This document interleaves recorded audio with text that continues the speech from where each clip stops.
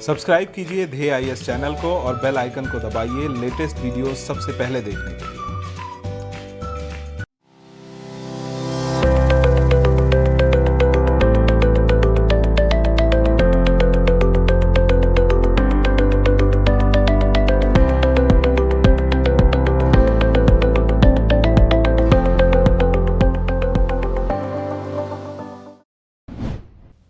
Hello and welcome to ध्येय TV. I am रक्षित चारण।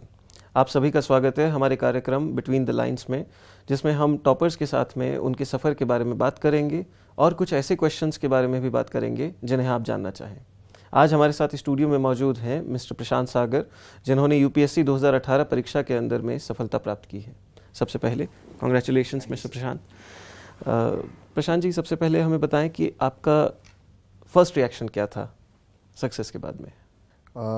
जब result आने वाला था जिस शाम, उस शाम पहले से ही पता चल गया था कि रिज़ल्ट तो आने वाला है। तो मेरे एक बहुत प्रिय मित्र हैं गौतम सिन्हा, तो वो ऑफिस के बाद से मुझे अपने साथ रखे हुए थे कि तुम तो बहुत डिप्रेस से लग रहे हो अगर रिज़ल्ट ख़राब हो गया तो उसे एक शादी में जाना था and he took me with him. और हम लोग जब ट्रैफिक जैम में फंसे हुए थे तभी रिज़ल्ट आया और हम लोग ने देखा, फिर हम लोग गाड़ी साइड की, थोड़ी खुशी खुशी मनाई। और उस time like I was wearing my house clothes, तो शादी के लिए हमने रास्ते में फिर से नए कपड़े खरीदे और हम फिर शादी पे चले गए। तो उस दिन ज़्यादा किसी से मिलना हुआ नहीं, बट घर वर पे अच्छा रिएक्शन रहा। फ़नी बात उस दिन ये थी कि जब हम कॉल किए मम्मी को बताने के लिए, तो मम्मी उस वक्त दूध ले रही थी एंड शी सेड कि थोड़ी देर में कॉल करना, मैं अभी दूध ले रही, मैं थोड़ा बिजी हूँ। फिर वो जब घर पहुँची तो उन्हें पता चला, तो इट वॉज गुड। थोड़ी नर्वसनेस थी and all of a sudden lot of mix emotions थे। 4 सालों की मेहनत की बहुत सारे लॉट ऑफ इमोशंस। तो अच्छा था, अच्छा experience, once in a lifetime experience कहा जा सकता है इसको। प्रशांत जी, हमें ये बताएं कि आपका बैकग्राउंड रहा इंजीनियरिंग का, और जैसा कि हमारी पहली बात हुई तो आपने बताया कि आपने इंजीनियरिंग के बाद में अपना एक स्टार्टअप भी चालू किया और वो भी सफल रहा, प्लस आपके पास लॉ की भी जानकारी है। तो सिविल सर्विसेज की ओर जो रुझान हुआ आपका, ये कैसे शुरू हुआ? 2014 में मेरा बैंगलोर से ग्रेजुएशन कंप्लीट हुआ, वीडियो यूनिवर्सिटी से इंजीनियरिंग में। उसके बाद मैंने अपने दोस्त के साथ एक स्टार्टअप शुरू किया था वेब डिज़ाइनिंग का। तो उसी पीरियड में कुछ और एग्ज़ाम्स भी क्लियर हो रहे थे बैंक के, बट आई डिसाइडेड ज्वाइन करने से अच्छा है कि I work on my startup. तो ऑलमोस्ट 1 साल हो चुका था स्टार्टअप को। तो उसी बीच मेरे फादर ने मुझे परस्यू किया कि अगर अभी तुम्हारी उम्र अभी यंग हो तो should give at least UPSC a chance. तुम एक बार अटेम्प्ट करके देखो, तुम एक बार आकर देखो, तुम्हें पढ़ने को बहुत कुछ मिलेगा। तुम स्टार्टअप थोड़ी दिनों बाद भी चालू कर सकते हो अगर इसमें अनसक्सेसफुल रहे तो my father is also bureaucrat, state commission officer हूँ, तो ही वॉज क्वाइट इंटरेस्टेड कि मैं भी आऊँ इस फील्ड में। तो he was one of the major inspiration कि क्यों इस शिफ्ट हुआ स्टार्टअप से इस साइड में। तो नाउ आई फील कि it was a good decision. बहुत कुछ पढ़ने को मिला 4 सालों में, बहुत कुछ सीखने को मिला। आई फील कि 4 साल पहले का जो प्रशांत सागर था वो ज़्यादा बेवकूफ़ था अभी वाले प्रशांत सागर के मुकाबले। I am more poised, more balance than I was 4 years back. Yeah definitely, that's good. Prashant ji, आपने जैसे बताया कि ये 4 साल का आपका जर्नी रहा। कई एस्पिरेंट्स का जर्नी 1 साल का होता है, कई का 6 साल का होता है, लेकिन हर एस्पिरेंट के लाइफ के अंदर में जो उसकी जर्नी होती है उसमें अप्स एंड डाउन्स आते हैं, आपके भी रहे होंगे। तो उस दौरान अपने आप को मोटिवेट करने के लिए कंटिन्यूसली, प्लस अपने आप को शांत और स्थिर बनाए रखने के लिए आपने क्या किया? देखिए, अब अप्स एंड डाउन्स तो हमेशा सारे एस्पिरेंट्स में, जैसे मैंने आपको पहले भी बताया था कि मेरा जो 4 सालों का जर्नी था it was quite step like. जैसे फर्स्ट अटैम्प्ट मेरा प्री हुआ, अब फर्स्ट अटैम्प्ट में प्री नहीं हुआ, सेकंड में प्री हुआ, मेंस नहीं हुआ, देन इट वाज मेंस हुआ, इंटरव्यू नहीं हुआ, then this was the attempt I cleared. तो हर बार थोड़ा थोड़ा धक्का तो लगते गया, बट इट वाज लाइक कि मेरी दीदी हैं, she is also officer in Jharkhand. तो शी वाज वन कि उन्होंने मुझे फ़ोन करके बोला कि तुम एक बात ध्यान रखना कि हर किसी का अपना लेवल होता है, स्पेशली कमीशन एग्ज़ाम्स के लिए। अच्छा सजेशन है जो which I would like to give, जो भी लोग ये सुन रहे हैं, कि हर किसी का अपना एक लेवल है। आप पढ़ते जाइए, अचानक से आप वो लेवल रीच कर जाएंगे और आपको पता भी नहीं चलेगा। और आप बस कंटिन्यूसली अपने पढ़ाई पे फोकस रखिए और उसके बाद अपने आप आपके सारे एग्ज़ाम्स क्लियर होने लगेंगे।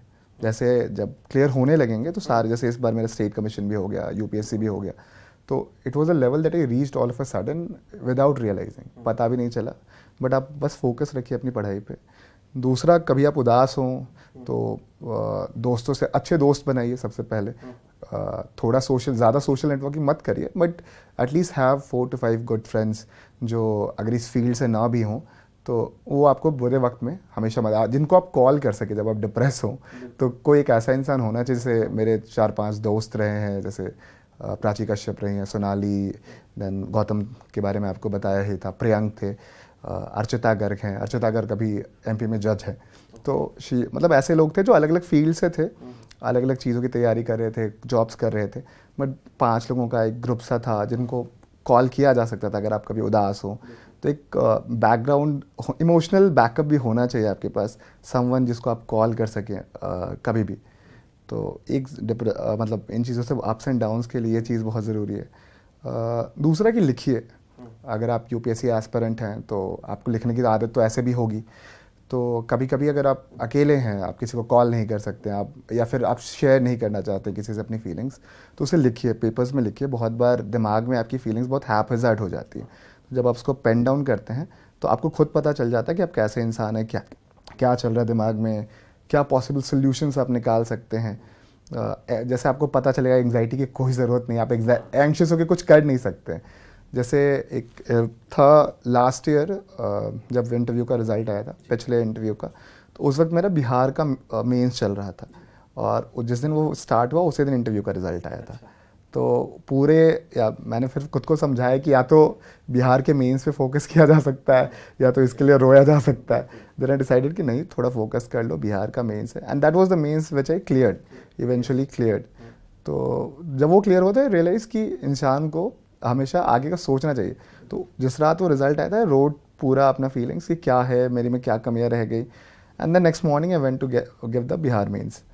तो हमेशा लिखिए, कोशिश करिए कि आप बहुत सुलझे हुए इंसान बने। इवन अगर आप अपनी फीलिंग्स को सुलझा पाते हैं तो ये आपको इंटरव्यू में भी काम आएगा आगे, क्योंकि UPSC looks for people who are simple and जिनके विचार सुलझे हुए हैं, जिनमें कुछ उलझने नहीं है, कुछ पैराडॉक्स नहीं है उनमें कि वो इधर कुछ और बोलते हैं, इधर कुछ और बोलते हैं। तो ये पैराडॉक्शियल एटीट्यूड तभी जाएगा जब आप लिखते हैं। तो दिस इज़ हाउ। बहुत खूब आपने बात कही कि भाई लिखने से क्लैरिटी ऑफ थॉट आता है और आप अपने आप को भी समझ पाते हैं। और जब भी मान लीजिए जैसे आपने बताया डिप्रेशन हो या कोई भी तरीके के उतार चढ़ाव हो, उनसे आप मुक्त हो सकते हैं। बहुत अच्छा। इसके साथ हमें ये भी बताएं कि आपने अपने प्रीवियस अटेम्प्ट्स के अंदर में जो स्ट्रैटेजी रही और इस अटेम्प्ट में जो स्ट्रैटेजी रही, उसके अंदर में क्या बदलाव किया कि आज आप हमारे सामने यहाँ मौजूद हैं? जी, लाइक हम फर्स्ट अटेम्प्ट से बताना चाहेंगे तो लोगों को ज़्यादा शायद मदद मिल पाए, क्योंकि हर स्टेज में आई हैव सीन फेलियर्स। तो पहले अटेम्प्ट में आई वाज नॉट रेडी, तो थोड़ा सा प्रिपरेशन के बाद 2015 के मिड से I gave my first pre. तो उसमें नहीं क्लियर हुआ। तो जब वो नहीं क्लियर हुआ तो आई रियलाइज़, मतलब आई लुक बैक कि क्या गलती रही। देन आई रियलाइज़ कि हम कभी टेस्ट सीरीज सॉल्व नहीं करते थे। ठीक है, आई वाज लाइक कि बुक्स तो पढ़ ही रहे हैं और क्वेश्चंस तो आएंगे, वो सॉल्व हो जाएगा अपने आप। ठीक है। और दूसरा एक गलती रहा जो मेरे फर्स्ट अटेम्प्ट में, कि हम बहुत कम क्वेश्चन अटेम्प्ट किए थे उस बार, क्योंकि मतलब कोई प्रॉपर गाइडेंस वाला इंसान नहीं था। तो आई अटेम्प्टेड जस्ट अराउंड 55 क्वेश्चंस। ठीक है, बहुत 55 क्वेश्चन किए तो इतने आते हैं एंड इतने तो सही हो ही जाएंगे, बट वो हुआ नहीं, क्योंकि कंपटीशन इतना हाई है कि आपको ज़्यादा अटेम्प्ट्स करने चाहिए। आपको कुछ क्वेश्चंस ऐसे होंगे जिनमें आपको 2 एलिमिनेट करके आपको लेना पड़ेगा थोड़ा रिस्क, लॉजिकल रीजनिंग। तो नेक्स्ट अटेम्प्ट जब आया तो I solve around 2 test series, भी का भी टेस्ट सीरीज़ था उसमें। तो आई सॉल्व 2 टेस्ट सीरीज़ और उसके साथ साथ टेस्ट सीरीज़ के साथ साथ नोट्स बना लिया, ताकि मतलब आप एग्ज़ाम से एक दिन पहले उठ के सारा नहीं पढ़ सकते हैं। ठीक है, तो टेस्ट सीरीज़ सॉल्व करना प्लस नोट मेकिंग। आप हर सब्जेक्ट का 10-10 पेजेस का, 15-15 पेजेस का नोट्स बना के रखिए, क्योंकि लास्ट वीक जो होता है, लास्ट 7 डेज प्री के पहले आप वो ज़रूर काम आता है। सेकंड स्टेज में फिर मेरा मेंस, सेकंड स्टेज में मेरा प्री अच्छे मार्क्स से क्लियर हुआ। फिर सेकंड स्टेज में मेरा मेंस नहीं हुआ। देन आई रियलाइज़ कि मतलब क्या गलतियाँ रह गई। तो मेरा आंसर राइटिंग में स्ट्रक्चरिंग नहीं था। ठीक है, मतलब जैसे कोई अगर क्वेश्चन था कि what are the features of Akbar's administration suppose, तो आई यूज्ड टू राइट कि these are the features of Akbar's administration, क्योंकि आई यूज्ड टू थिंक कि डायरेक्ट ही आंसर लिखते हैं। बिल्कुल। तो ये एक कमी रही थी। हाँ, बुकिश एटीट्यूड था। तो सेकंड अटेम्प्ट में वैसे गुजरा। स्ट्रक्चरिंग किया थर्ड अटेम्प्ट के लिए। थर्ड अटेम्प्ट में जब इंटरव्यू क्लियर नहीं हुआ तो एक बहुत अच्छा सजेशन जो लोगों को देना भी चाहेंगे हम एटलीस्ट मेंस के लिए, थर्ड अटेम्प्ट जब नहीं हुआ, फोर्थ अटेम्प्ट का जब प्री के बाद ठीक next day I went through the interviews of toppers. ठीक है, उसमें सचिन गुप्ता सर थे जिनका रैंक 3 आया था पिछले साल, तो उनका सेम ऑप्शनल था मेरे जैसा आंथ्रो, तो उन्होंने अपने आंसर्स ऑनलाइन डाले हुए थे, तो आई स्टडीड हिज आंसर्स। ठीक है, और सचिन गुप्ता सर थे, अनुदीप सर ने भी अपना आंसर्स डाला था, और भी 3-4 टॉपर्स थे, उन्होंने अपना आंसर्स ऑनलाइन डाले थे। तो आई स्टडीड थॉरली, मतलब प्रॉपर स्टडिंग, जैसे आप बुक पढ़ते हैं कि अगर ये क्वेश्चन अगर हम आंसर करते तो हम कैसे आंसर करते और इन्होंने कैसे आंसर किया है। जैसे जो थर्ड रैंकर थे उनका आंसर्स में था कि वो हर जगह मैप ड्रॉ करते थे, अगर इंडिया पाकिस्तान पे भी क्वेश्चन है तो इंडिया और पाकिस्तान का मैप ड्रॉन था, और ज़्यादा से ज़्यादा डायग्राम्स डालते थे, ज़्यादा से ज़्यादा डेटाज डालते थे। तो दीज आर द फीचर्स की विच आई रियलाइज़ कि जो मेरे आंसर्स में नहीं है। जैसे सचिन सर का जो एंथ्रो का आंसर्स था उसमें जैसे कोई suppose there is a concept called nature man spirit complex in anthropology, तो I used to write this concept was given by Vidyarthi. ठीक है, विद्यार्थी इज अ एंथ्रोपोलॉजिस्ट, तो but Sachin sir used to write this concept was given, the nature man spirit complex was given by Vidyarthi in his book The Study of Malay Tribe 1963. So there was an addition. तो realise कि आपको references देने चाहिए, एक scholar जैसे ज़्यादातर जो UPSC exam थे थोड़ा स्कॉलरली वे में लिखना चाहिए आंसर्स। आप जितना ज़्यादा से ज़्यादा डेटा दे सकते हैं, आप हवाई बातें नहीं कर सकते। जैसे जब यूपीएससी पूछता है कि what are your views on something, like what are your views on corruption, what are your views on capital punishment, तो आपके व्यूज़ नहीं पूछ रहा है क्योंकि आपने पर्सनली वो चीज़ें कभी स्टडी नहीं की हैं। वो कमीशंस के बारे में पूछ रहा है कि जो कमीशंस बैठे थे या कोई इंटेलेक्चुअल थे उन्होंने क्या व्यूज़ दिए हैं, तो आप उनके व्यूज़ दीजिए, बैकअप लॉ कमीशन के रिपोर्ट्स डालिए, उसमें जजमेंट्स डालिए इसमें। तो ये सारी कमियाँ थी जो मेरे पहले के आंसर्स में थी, जो ओवर द पीरियड टॉपर्स का जो आंसर शीट स्टडी कर करके सीखा, तो इस बार बहुत काम आया मेरे। बिल्कुल, अपने आंसर की क्रेडिबिलिटी आपने बहुत ज़्यादा इंप्रूव कर दी इन सबको कोट करके। ARC हो गया, लॉ कमीशन रिपोर्ट हो गई, ये सब बहुत अच्छे। आप जैसे बता रहे थे ऑप्शनल आपका एंथ्रोपोलॉजी है, और एंथ्रोपोलॉजी एक नया इमर्जिंग सब्जेक्ट है, बहुत लोग इसको ऑप्ट कर रहे हैं। उसके लिए कोई पर्टिकुलरली आप स्टूडेंट्स को सजेशन देना चाहेंगे, how you should go about it? देखिए, मतलब ऑप्शनल सारे अच्छे होते हैं। जैसे बहुत सारे लोगों ने इधर हाल फिलहाल में भी रिजल्ट के बाद पूछा क्या ऑप्शनल लेना चाहिए, तो मेरे हिसाब से सारे ऑप्शनल अच्छे होते हैं। ये मार्केट में है कि ये ऑप्शनल अच्छा हो रहा है, वो ऑप्शनल अगर आप अच्छा आंसर लिखेंगे तो UPSC doesn't have any biasness towards any particular subject, मेरे हिसाब से, मेरा पर्सनल ओपिनियन है। तो आप बस ये एक बार सिलेबस स्टडी करिए, अगर आप शुरू करें यूपीएससी की प्रिपरेशन, देखिए कि आपको उस सिलेबस में इंटरेस्ट है कि नहीं, उसकी कोई रैंडम सी बुक उठाइए या एटलीस्ट एक पतली सी बुक उठाइए उस सब्जेक्ट की, उसको स्टडी करके देखिए क्या वो आपके साथ सूटेबल है। एंथ्रो के लिए आप एम्बर एंड एम्बर नाम की एक किताब है, उससे शुरू कर सकते हैं, तो बेसिक चीज़ें आपको पता चल जाएंगी। अच्छा सब्जेक्ट है एंथ्रो। एंथ्रो आपको, अगर आप एंथ्रोपोलॉजी पढ़ते हैं, वो आपको बहुत हम्बल बनाता है, टीचर्स यू कि हाउ कल्चरली चीज़ें डिफरेंट भी हो सकती हैं और दे कैन को एग्जिस्ट, एंड हाउ आपको किसी कल्चर को जज नहीं करना चाहिए। ठीक है, तो एंथ्रोपोलॉजी बहुत हद तक एडमिनिस्ट्रेशन में आगे काम आएगा लोगों को, मेरे हिसाब से। पढ़ते टाइम बहुत नई सारी चीज़ें आपको सीखने को मिलेंगी, आप बहुत रैशनल बन जाएंगे अगर आप एंथ्रोपोलॉजी पढ़ते हैं। उसमें सोशियोलॉजी प्लस ह्यूमन एवोल्यूशन थोड़ा मिक्स्ड है, तो अगर आपका साइंस बैकग्राउंड है तो आप ले सकते हैं, क्योंकि पार्ट ए में जो फर्स्ट पेपर है उसमें बायोलॉजी का थोड़ा पार्ट है, ज़्यादा नहीं, मतलब एक चैप्टर 9 है और स्टार्टिंग में ह्यूमन एवोल्यूशन है। तो चैप्टर 9 में it's about sales and all, और स्टार्टिंग के चैप्टर में थोड़ा ह्यूमन एवोल्यूशन है। तो ये 2 एस्पेक्ट हैं, तीन चैप्टर्स हैं जो थोड़ा बायोलॉजी से रिलेटेड है। बाकी थोड़ा बहुत सोशियोलॉजी है, सोशियोलॉजी प्लस बायोलॉजी कहा जा सकता है, थोड़ा मिक्स करके है। तो अच्छा सब्जेक्ट है, अगर आप देना चाहते हैं तो आप एम्बर एंड एम्बर या कोई सी भी बुक लेकर एक बार पढ़ के देखिए, तो अच्छा लगेगा आपको, अच्छा सब्जेक्ट है। एंड अभी आने वाले समय में अब हमारे सामने और जितने भी स्टूडेंट्स हैं, सबसे बड़ा चैलेंज आ रहा है प्रीलिम्स का। प्रीलिम्स के लिए स्पेशली अगर कोई टिप देना चाहे लास्ट मिनट, जो कि ये 40-50 डेज़ के अंदर में वो फॉलो कर सकें। अभी 50 डेज़ तो हैं शायद, 50 दिनों में हम लोग ये कर सकते हैं जितने भी एस्पिरेंट्स हैं कि पहले तो सारा रिवाइज कर लें। जैसे पिछली बार ये हुआ था, मेरे पास 25 दिन बचे थे, मतलब बिहार का मेंस लिखने के बाद 25 दिन था प्री के लिए, एंड उसी बीच में मेरे कॉलेज के 2 एग्ज़ाम्स थे, लॉ के 2 पेपर्स थे, तो I got around 20 days total 2020। तो मैंने उस जो स्ट्रैटेजी अपनाई थी उस पीरियड में 20-25 दिनों के लिए, वो था कि मैंने 2-2 दिन पर सब्जेक्ट दिया था, 5 से 6 सब्जेक्ट जो मेजर सब्जेक्ट्स हैं। तो 12-10 दिनों में मेरा ये हो गया था। लास्ट 10 डेज़ में मेरा जो सॉल्व पेपर मतलब जो नोट्स था और जो टेस्ट सीरीज सॉल्व करके रखा हुआ था वो रिवाइज़ किया। और कुछ जो जैसे कुछ जो कोचिंग सेंटर्स हैं वो या फिर कुछ जो ऑनलाइन प्लेटफॉर्म्स हैं वो 60 डेज़ करके निकालते हैं, तो उनका एक कंपाइलेशन आ जाता है। तो लास्ट 7 डेज़ में वो सॉल्व किया। हालांकि इस बार टेस्ट सीरीज से ज़्यादा कुछ आया नहीं था, आउट ऑफ द वो पेपर था, बट टेस्ट सीरीज सॉल्व करने से ये होता है कि आप सीख जाते हैं, कला सीख जाते हैं।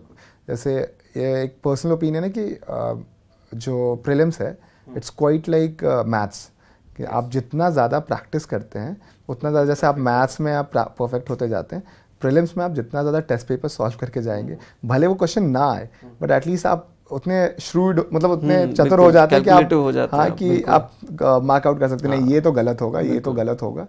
तो ये थोड़ा काम आता है वहाँ पे। और दूसरा है कि मतलब काम एंड कंपोजर मेंटेन रखिए। अगर पिछली बार था कि बहुत ज़्यादा टफ क्वेश्चन था और बहुत सारे मेरे फ्रेंड्स थे, मतलब पर्सनल एक्सपीरियंस था उनका कि उन्होंने they got depress in the middle of the exam कि अरे अब तो होगा ही नहीं, मतलब इतना tough paper I can't solve. तो तीसरा एग्जाम्स में हमेशा तीन लेयर्स में क्वेश्चंस बनाइए। ये मेरा पर्सनल स्ट्रैटेजी रहा है कि पहले आप जो क्वेश्चंस आते हैं वो करिए, और जो क्वेश्चंस में आपको लगता है कि 2 ऑप्शन एलिमिनेट कर सकते हैं या एक ऑप्शन एलिमिनेट कर सकते हैं, उनको सर्कल करते जाइए। और 10 क्वेश्चन तो ऐसे रहेंगे जो बिल्कुल ही पता ना चलेगा कि ये कहाँ से आया है, ठीक है। तो वो 10 क्वेश्चन आप छोड़ सकते हैं, 12 क्वेश्चन जो आप छोड़ सकते हैं। फिर सेकेंड रीडिंग में आप ऐसे क्वेश्चन बनाइए जिनके आपने 2 एलिमिनेट कर पाते हैं आप। तो सेकेंड रीडिंग में आप 2 एलिमिनेशन वाले क्वेश्चंस बनाइए।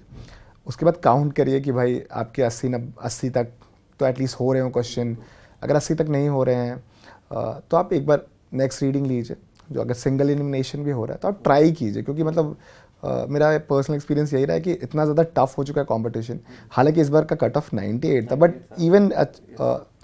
Even achieving 98 was quite difficult. But हालांकि मेरा इस बार थोड़ा तुक्का उक्का लग गया था, तो मेरा I was getting comfortable score. I wrote even forest का मेंस इस बार। तो बट वही काम आता है आपको। आप थर्ड रीडिंग डालिए, काम एंड कंपोज रहिए पूरे एग्जाम में। आपके लिए डिफिकल्ट है तो सबके लिए डिफिकल्ट है, सब सेम चीज़ ही पढ़ के आते हैं, NCERT रेफरेंस बुक्स ही पढ़ के आ रहे हैं। तो आप थर्ड रीडिंग डालिए, एलिमिनेशन लीजिए। थोड़ा सा रिस्क तो लेना पड़ेगा आपको, क्योंकि competition is getting tougher every year, तो थोड़ा रिस्क लीजिए। और 80 to 90 is a comfortable zone. I believe कि उतने तक तो अटैम्प्ट लेना चाहिए लोगों को। लोग 100 भी लेते हैं बहुत सारे लोग, और उनका क्लियर भी होता है हर साल prelim, but I won't suggest that. 80 to 90 आप तो एटलीस्ट के चाहे कितना भी हार्ड पेपर हो उतना लेना पड़ेगा आपको, थोड़ा तो रिस्क लेना पड़ेगा आपको। तो 3 रीडिंग्स में बनाइए पेपर। कोशिश करिए लास्ट का आधा घंटा एटलीस्ट आपके पास हो। हर आधे घंटे में एक रीडिंग कीजिए, लास्ट का आधा घंटा आपके पास रंगने वंगने के लिए हो। रंगने में भी बहुत लोग मिस्टेक कर देते हैं, दैट ऑल्सो। तो एग्ज़ाम टाइम्स में कंपोज़र बनाए रखिए, और लास्ट 50 डेज़ में वही रिविजन करिए ज़्यादा से ज़्यादा टेस्ट सीरीज सॉल्व करिए। 50 दिन है, 50 दिन में days are enough to at least solve 2 test series, ठीक है। जैसे आप 2 टेस्ट सीरीज सॉल्व कर रहे हैं 40-40 का, तो आपके पास 8000 क्वेश्चन सॉल्व करके जा रहे हैं। तो 8000 क्वेश्चन में से 30-40 तो आ ही सकता है ना। अगर वो उससे ना आएगा तो उससे रिलेटेड तो आ ही जाएगा ना। तो 8000 question are enough to clear pre. तो एटलीस्ट सॉल्व 2 टेस्ट सीरीज। अगर 2 नहीं तो एटलीस्ट 1 तो पूरा ही करके जाइए। This is what I would suggest for pre. बिल्कुल प्रशांत जी, बहुत अच्छा आपने बताया प्रीलिम्स के लिए अपनी जो स्ट्रैटेजी रही। इसी के साथ एक ओवरऑल जो गाइडेंस का इम्पोर्टेंस है, उसे आप कितना इम्पोर्टेंट मानते हैं? गाइडेंस तो मतलब इस एग्ज़ाम में थोड़ा बहुत ज़रूरी है। अगर आप ऐसे बैकग्राउंड से हैं जहाँ पे आपके लिए गाइडेंस के लिए कोई ज़्यादा है नहीं, तो आपके पास दुनिया भर का मटेरियल है आज के पीरियड में, ठीक है। तो आप टॉपर्स के इंटरव्यूज़ पढ़िए, टॉपर्स के इंटरव्यूज़ देखिए। अगर आपके पास वक्त कम है तो हमेशा ज़्यादा स्पीड पे यूट्यूब पे ऑप्शन होता है, आप 2x स्पीड पे देख सकते हैं। सी कि उसमें आपको क्या रेलेवेंट रखता है, वहाँ पे स्टॉप करके स्पीड धीमी करके सुनिए। तो गाइडेंस तो ज़रूरी है। अगर आपके घर में नहीं है तो बैकग्राउंड सीनियर से बात करिए। अगर आप अगर लाइब्रेरी आ रहे हैं, कोचिंग इंस्टीट्यूट जा रहे हैं, तो आपके सीनियर्स टीचर्स तो बन ही जाते सर्कल बन जाता है अगर आप प्रिपरेशन कर रहे हैं। आप खुद को ज़्यादा कितना आइसोलेट करके रखिएगा, एक सर्कल तो बन ही जाता है। तो सीनियर से बात करिए या फ्रेंड से बात करिए जिन्होंने क्लियर किया है, या फिर जो मेंस लिख रहे हैं हर बार या इंटरव्यू तक जा रहे हैं हर बार। तो ऐसे लोग अगर वो हेल्पफुल लोग हैं, पॉजिटिव लोग हैं, तो दे टेल यू कि भाई क्या प्रॉब्लम है। जैसे मेरे वक्त भी मतलब 2-3 लोगों का मुझे हेल्प मिला। जैसे आकाश सर थे, उनका YITS हैं 2014 बैच के, तो he was the one actually कि जिन्होंने मुझे एंथ्रो के बारे में बताया था और गाइड किया था कि ऐसे पढ़ाई स्टार्ट कर सकते हो। तो हमेशा आपको गाइडेंस की ज़रूरत तो थोड़ी बहुत पड़ेगी, बट जस्ट बिकॉज कि आपके पास गाइडेंस नहीं है तो इसका ये रीज़न नहीं होना चाहिए। But always talk to your teachers, always talk to your friends, always talk to your seniors. It solves things, ठीक है। हर चीज़ आपको नहीं पता हो सकती है और हर चीज़ किताबें नहीं सिखा सकती हैं। हमेशा आपको एक आउटसाइड ह्यूमन हेल्प चाहिए होगा, तो वो लीजिए आप। या तो अगर आपके पास सर्कल वैसा नहीं है, आप छोटे शहर में हैं, दिल्ली में नहीं है, बाहर के शहरों में हैं, तो यूट्यूब यूज़ कीजिए। बाकी ऑनलाइन देखिए, टॉपर्स के इंटरव्यूज़ तो रहते ही हैं हर जगह आजकल, यूट्यूब पे भी रहता ही है। तो this is what I would say, guidance plays a role, but अब at the end of the day फिर आपका ही मेहनत है। लोग आपको बस गाइड कर सकते हैं, पढ़ना तो आप ही को है। सिलेक्शन नहीं दिलवा सकते। हाँ, सिलेक्शन नहीं दिलवा सकते। बिल्कुल बिल्कुल। लेकिन एक बात आपने बहुत अच्छी कही, स्पेशली जो यंग स्टूडेंट्स हैं, यंग कैंडिडेट्स हैं, वो क्वेश्चन पूछने में थोड़ा घबराते हैं, they are bit reluctant in asking for help. तो ये बात आपने बहुत अच्छी कही कि दे शुड आस्क क्वेश्चंस, और सीनियर से और टीचर से आपको पूछना चाहिए। और इस पूरे प्रोग्राम के माध्यम से हमारा पर्पज़ यही है कि आप जैसे टॉपर्स के साथ एक्सपीरियंस जो है वो हम शेयर कर सकें उन स्टूडेंट्स के साथ जो कि छोटे शहरों से हैं या छोटी जगहों पे हैं, जो कि दिल्ली या मेन सेंटर पे आने को अफोर्ड नहीं कर सकते हैं। बहुत अच्छा। एंड में आपका पर्सनालिटी का रोल बहुत इंपॉर्टेंट होता है पर्सनालिटी टेस्ट के लिए, जो आपका इंटरव्यू स्टेज है। तो ऐसे कौन से पर्सनालिटी ट्रेट्स हैं जो आपको लगता है एक सिविल सर्विस एस्पिरेंट में होने चाहिए, एंड आपने उनके लिए उनको कल्टीवेट करने के लिए क्या किया? पहले जैसे हमने स्टार्टिंग में भी बात किया कि आपको बहुत सुलझा हुआ इंसान बनना पड़ेगा। आप अपने विचारों को थोड़ा सुलझाइए। आप देखिए, आप खुद के विचारों के कॉन्ट्रडिक्शंस को देखिए कि आपके विचारों में कॉन्ट्रडिक्शन है। दूसरा कि अपने आप को लेकर ऑनेस्ट बनिए। आपको आपकी कमियां, अगर आप प्रिपरेशन कर रहे हैं तो आप 20 के ऊपर के ही होंगे, आई सपोज। कोई भी अगर कर रहा है तो आप एक ऐसे स्टेज में कोई आपको बताएगा नहीं कि तुम में ये कमियां हैं, ठीक है। तो लोग नॉर्मली आपको, मतलब दोस्त यार भी कोई नहीं बताते, तो आपको खुद से जज करना पड़ेगा, खुद के प्रति ऑनेस्ट बनना पड़ेगा। तो अपनी ये कमियों को जानिए। तीसरा, डिसिप्लिन बनिए। डिसिप्लिन और कंसिस्टेंसी तो सारे लोग बोलते हैं कि भाई इस एग्जाम के लिए डिसिप्लिन और कंसिस्टेंसी होनी चाहिए। आपको डेली वर्कआउट करना पड़ेगा। डेली आपको 10 घंटे बैठने, या 5 घंटे, 6 घंटे, जितना वक्त है आपके पास, आप डेली दीजिए। और डेली दीजिए, मतलब होली दिवाली कोई मैटर नहीं करता। अब वो डिसिप्लिन डेवलप करेगा आपके लिए। इवन पर्सनालिटी इंटरव्यूज़ में भी दे लुक फॉर पीपल कि जो सुलझे हुए हैं, जो डिसिप्लिन है अपने लाइफ को लेकर के, अप्रोचेस को लेकर के। तो ये सारे अप्रोचेस डेवलप कीजिए। आप पढ़ाई के साथ साथ कर सकते हैं। अगर आप पढ़ाई को लेकर डिसिप्लिन है तो आप बाकी चीज़ों में अपने आप डिसिप्लिन हो जाएंगे। अगर पढ़ाई को लेकर कंसिस्टेंट है तो बाकी चीज़ों को भी लेकर आप कंसिस्टेंट हो जाएंगे। कॉग्निटिव डिसोनेंस का जो कंसेप्ट है वो कभी नहीं हो सकता। अगर आप एक चीज़ को लेकर डिसिप्लिन है, एक चीज़ को लेकर ऑनेस्ट है, आप दूसरे चीज़ों को भी लेकर अपने आप ऑनेस्ट हो जाएंगे, नहीं तो कॉग्निटिव डिसोनेंस हो जाएगा आपके साथ। तो ये तो पेपर 4 में भी लोग पढ़ते ही हैं। तो अपने आप को लेकर, अपने आप को जब भी आप जो भी प्रिपरेशन पीरियड है, इट्स वेरी इंपॉर्टेंट। आप इस पीरियड में जो भी वैल्यूज़ कल्टिवेट करेंगे वो आगे जाके देश के भी काम आएगा, आपके भी काम आएगा, आपको अच्छा एडमिनिस्ट्रेटर बनाएगा। अगर आप एक honest, hard working and aspirant है, then you will be an honest, hard working civil over the period. तो आपके ऊपर है। हर इंसान की पर्सनालिटी अलग होती है। मेरा अलग था, आपका अलग था, सब लोगों के अपने अपने तरीके होते हैं ये चीज़ें डेवलप करने के लिए। और हमेशा एक हायर गोल रखिए लाइफ में। मतलब UPSC shouldn't be your last goal. हमेशा योर गोल शुड बी कि to be an honest civil servant over the period, to be an consistent and discipline civil servant over the period. तो एक higher गोल रखिए mind में और develop कीजिए अपने आप को ओवर द पीरियड। क्योंकि अगर आप डिसऑनेस्ट हैं, अगर आप सिर्फ सर्विसेज में डिसऑनेस्टी को लेकर जाना चाहते हैं, तो वो पता चल जाता है इंटरव्यूज़ में। दे हैव, मतलब द पैनल बहुत एक्सपीरियंस होता है। वो IAS लोग होते हैं, वो डेली का 100 लोगों से मिलते हैं। आप तो आप आ रहे हो, आपको 10 मिनट में जज कर लेते हैं कि आप कैसे इंसान हैं। तो अनटिल अनलेस आप वो पर्सनालिटी ट्रेट्स इनकलकेट नहीं कर रहे हैं तो वो दिख जाएगा आपको इंटरव्यूज़ में, तो आपको बहुत ख़राब मार्क्स मिलेंगे। लोगों को 100 के नीचे तक उन्होंने स्कोर दिया है फर्स्ट, मतलब एंड लोग फिगर आउट नहीं कर पाते हैं कि क्यों दिया है, but may be personality demerits के कारण होता हो वहाँ पे। तो अगर आप डिसिप्लिन्ड हैं, ऑनेस्ट हैं, तो आप अपने आप कॉन्फिडेंट भी हो जाएंगे ओवर द पीरियड, तो कॉन्फिडेंस भी वहाँ झलकेगा। तो this is how you develop. मेरे लिए था कि I use to read a lot, मतलब apart from the course books अच्छी अच्छी किताबें पढ़िए। I usually read philosophy a lot, Will Durant की किताबें हैं, फिर और भी चीज़ें हिंदी लिटरेचर भी बहुत इंस्पायरिंग है, हिंदी लिटरेचर में भी पढ़ सकते हैं। पोइट्री पढ़िए, जैसे पाश एक बहुत महान पोइट है, उनकी पोइट्री बहुत रेवोल्यूशनरी है, वो पढ़िए। कितने पाकिस्तान है एक किताब कमलेश्वर की, तो वो भी बहुत अच्छी है। तो मतलब even literature can help you develop, जितना अच्छा लिटरेचर पढ़ते हैं।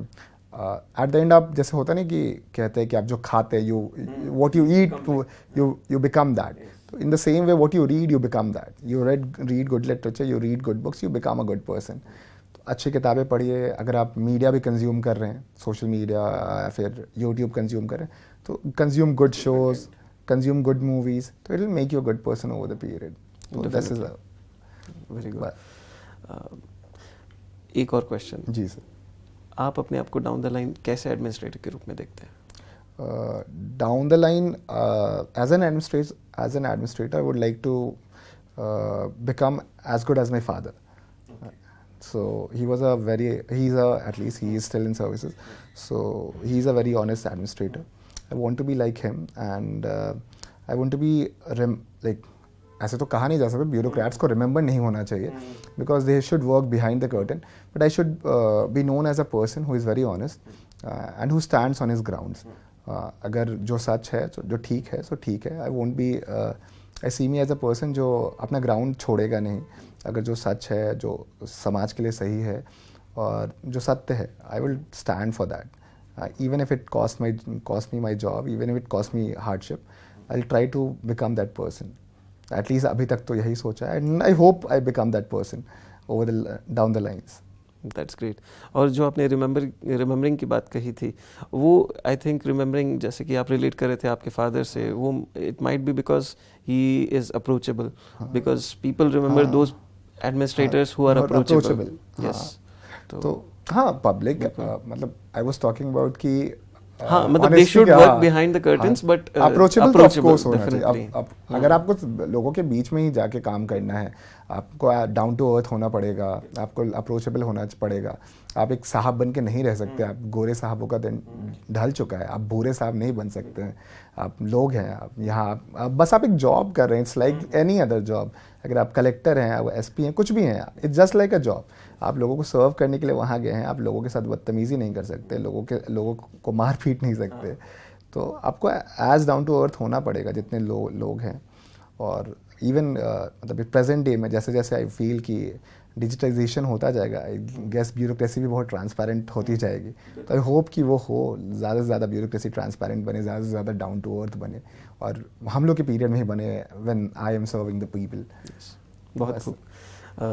अंत में जी सर, आपसे कुछ हल्के सवाल। जी। आपकी favourite pass time activity? Favourite pass time, I like reading books. मतलब किताबें पढ़ते हैं, अच्छा literature.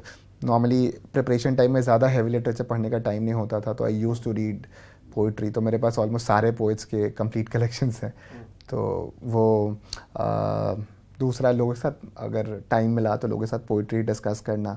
I use to run a blog जिसमें लोग मेरे से किताबें ले सकते थे। तो लोग, people can ask me to give them their books, my books. तो वो लोग आते थे Mukherjee, I use to give them my books कि अगर पढ़ना है।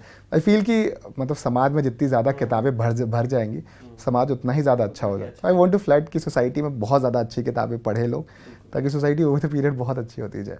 तो फ्री टाइम में यही करते। कभी कभार मतलब I try to write 1 poem daily, at least एक कविता डेली लिखने का कोशिश। तो कविता is like for me meditation जैसा हो जाता है कि आप अपनी भावनाएं लिख देते हैं तो आप काम हो जाते हैं। तो यही फेवरेट, कविताएं लिखना, किताबें पढ़ना, किताबें शेयर करना, तो ये सारी फेवरेट पास टाइम था बस। बहुत अच्छा थॉट प्रोसेस है आपका। और इसी के साथ हम इस इंटरव्यू को ख़त्म करते हैं। कॉन्ग्रेचुलेट वंस अगेन मिस्टर प्रशांत। आपको आपकी सक्सेस के लिए and wish you a very bright and successful career ahead.